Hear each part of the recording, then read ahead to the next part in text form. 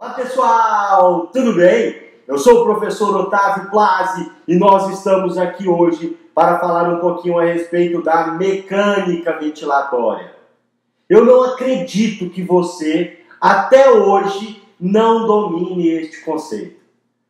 Eu dei aula durante muitos anos em sala de aula e eu percebia muito claramente o quanto vocês têm dificuldade de assimilar algo que é tão simples, algo que é tão instintivo, algo que você faz o dia inteiro e não sabe como que acontece. Então aqui, neste vídeo, você vai conseguir entender. E eu não posso deixar de te convidar a ir conhecer as nossas redes sociais, o Instagram, o Facebook. Todos os nossos endereços estão aqui na descrição do vídeo. Vai lá, vai ser muito legal poder conversar com você, poder estar em contato mais próximo com você e a gente ter cada vez mais interação. Beleza? No final desse vídeo também eu vou deixar as marcações para você conhecer as outras aulas deste mesmo conteúdo. Bom, mas chega de bate-papo, vamos ao que interessa. Aula de mecânica ventilatória com um jeitinho morfologando de ensinar.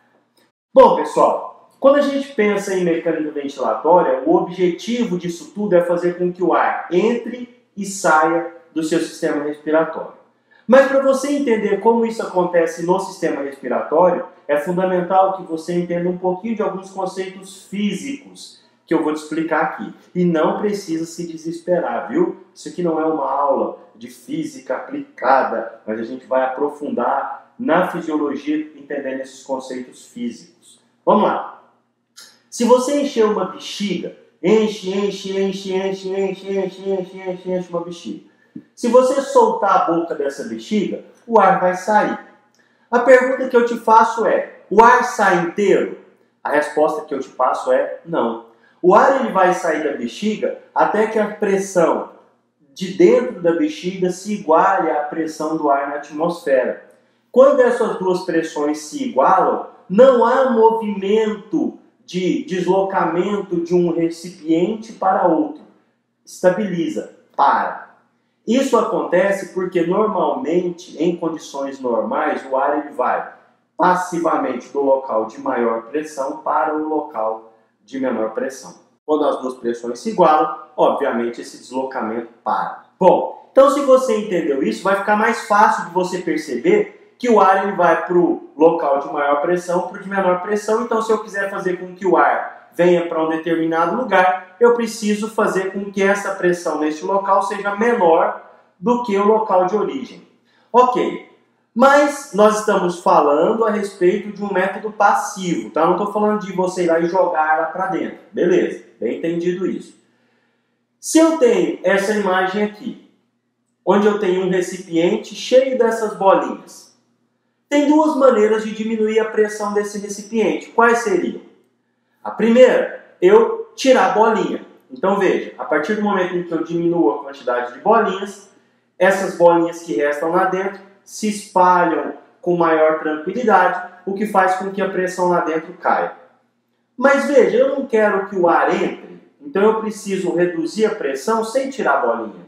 A minha última opção é aumentar o recipiente, como eu estou fazendo aqui agora.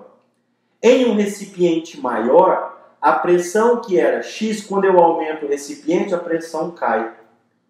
Agora vamos trazer isso para dentro do nosso tórax. Perceba, quando eu tenho tórax num diâmetro normal, em que não há movimento do ar nem para dentro e nem para fora do sistema, as duas pressões estão igualadas, as pressões de dentro do tórax e as pressões de fora do tórax.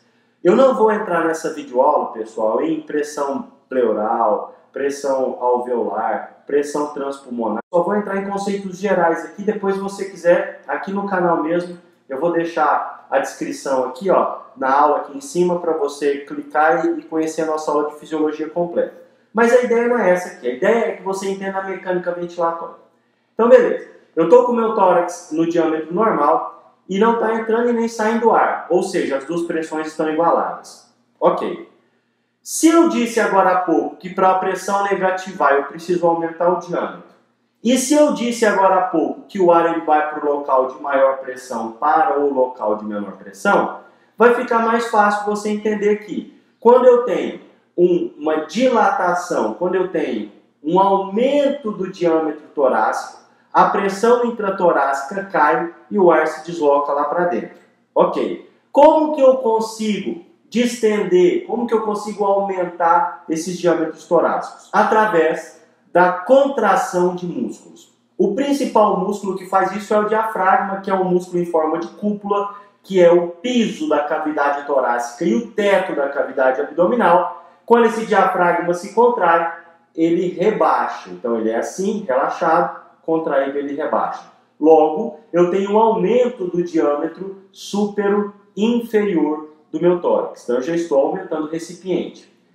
Também eu tenho no gradil costal, de acordo com o Neto, músculos que auxiliam nesse movimento de abertura da caixa torácica, no movimento que nós chamamos de movimento de alça de balde. Os principais são os intercostais externos, eles abrem a caixa torácica. Porém, a parte intercondral dos intercostais internos também contribui para essa finalidade. Bom, então a gente já está entendendo que quando estes músculos contraem, ou seja, quando eles trabalham ativamente, eu tenho um aumento do diâmetro superinferior e um aumento do diâmetro laterolateral.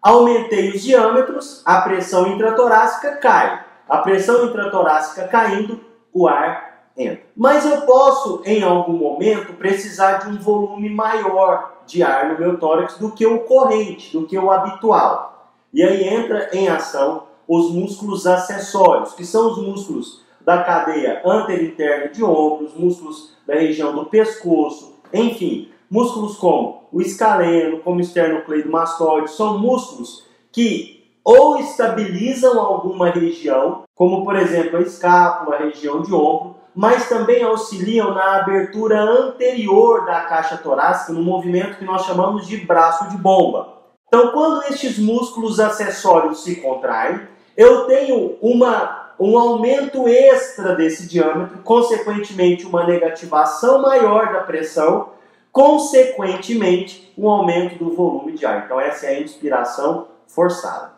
Mas nós temos agora também que entender como o ar sai.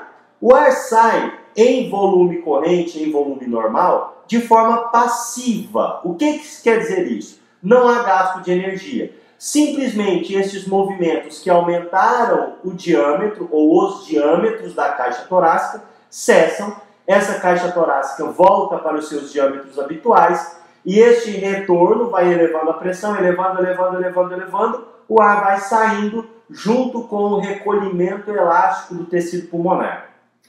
Porém, se eu precisar de um volume extra, adicional de ar, o que eu vou fazer? Eu vou pegar, aumentar a contração da musculatura abdominal, aumentar a contração dos intercostais internos, da parte total do músculo, para fazer com que o gradil costal se feche mais, para fazer com que as vísceras abdominais se choquem contra o diafragma, para aumentar ainda mais a pressão da caixa torácica e eu conseguir um fluxo expiratório maior. Essa é a expiração forçada, um movimento que a gente utiliza, por exemplo, nos momentos de tosse ou espirro.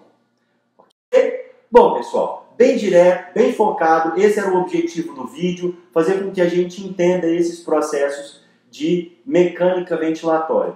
Caso você queira conhecer o vídeo de fisiologia respiratória completa, baseado no capítulo do Guyton, não deixe de conhecer a minha playlist, que eu vou colocar aqui no finalzinho do vídeo, a minha playlist sobre fisiologia respiratória. Beleza, pessoal? Bom, eu sou o professor Otávio Plazzi, te espero lá no Instagram para a gente poder fazer um bate-papo mais próximo, se conhecer mais, estou à sua inteira disposição. Muito obrigado pela audiência, um grande abraço, fique com Deus e até a próxima, pessoal! Tchau, tchau!